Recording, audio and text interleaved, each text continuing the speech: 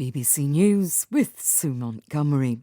The commodities giant Glencore has agreed to plead guilty to corruption charges in the United States and Britain and will pay more than $1 billion to end a 5-year investigation into corporate malpractice.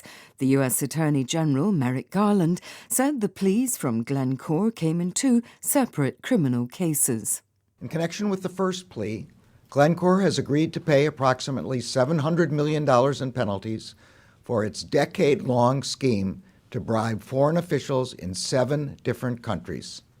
The second plea involves Glencore's U.S. commodities trading arm, Glencore Limited, which engaged in a scheme to manipulate fuel oil prices at 2 of the busiest commercial shipping ports in the United States over the course of 8 years.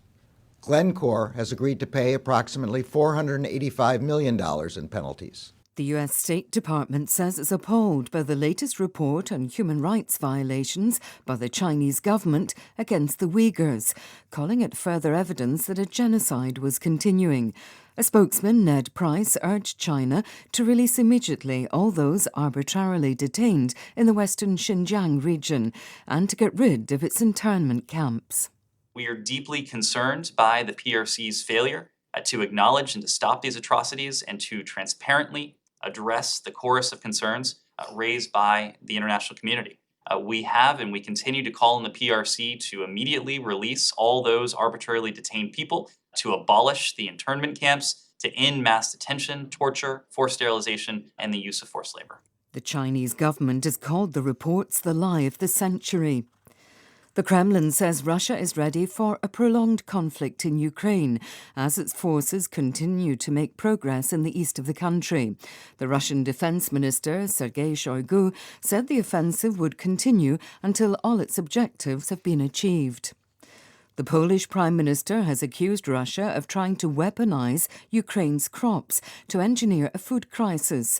Mateusz Morawiecki likened this to what the Soviet leader Joseph Stalin did in Ukraine in the 1930s, when millions died in a man-made famine. It's a kind of tradition for Russia to weaponize wheat, to weaponize crops, and to use it as a blackmail tool towards the rest of the world. Putin thinks that he will create those ripple effects in Northern Africa and huge migration waves coming from this direction and a cry for solution. The invasion of Ukraine and Russia's blockade of its Black Sea ports has helped cause steep rises in prices for grain, cooking oil, fuel and fertiliser. BBC News. Brazilian medical officials say at least 21 people have been killed in a police operation against gangs in a favela north of Rio de Janeiro. Most are thought to be gang members. Police said they were trying to arrest criminal leaders when they were shot at. The FBI has reported a sharp rise in the number of what it calls active shooter incidents in the United States in 2021. 61 were recorded. The FBI defines an active shooter as someone engaged in killing or attempting to kill people in a public space in a seemingly random fashion. 103 people were killed in the shootings last year. The British Prime Minister Boris Johnson is under further pressure over parties held at his official residence during COVID lockdowns. Speaking anonymously, 3 people who attended some parties told the BBC that regulations were routinely ignored and describe arriving for work the morning after a party to find discarded bottles and bins overflowing with rubbish. They say they felt the parties were held with Mr Johnson's implicit permission because he attended some of them. Here's Rob Watson. The country is split into 2 broad chunks. One chunk you just think, this is so shocking, and it tells them everything that they always feared about Boris Johnson, that they, as they would see it, is just simply not fit for high office. You know, the other chunk of the population thinks that all of this is sort of grossly overdone. Other people violated lockdown regulations, that everybody needs to sort of get on with it.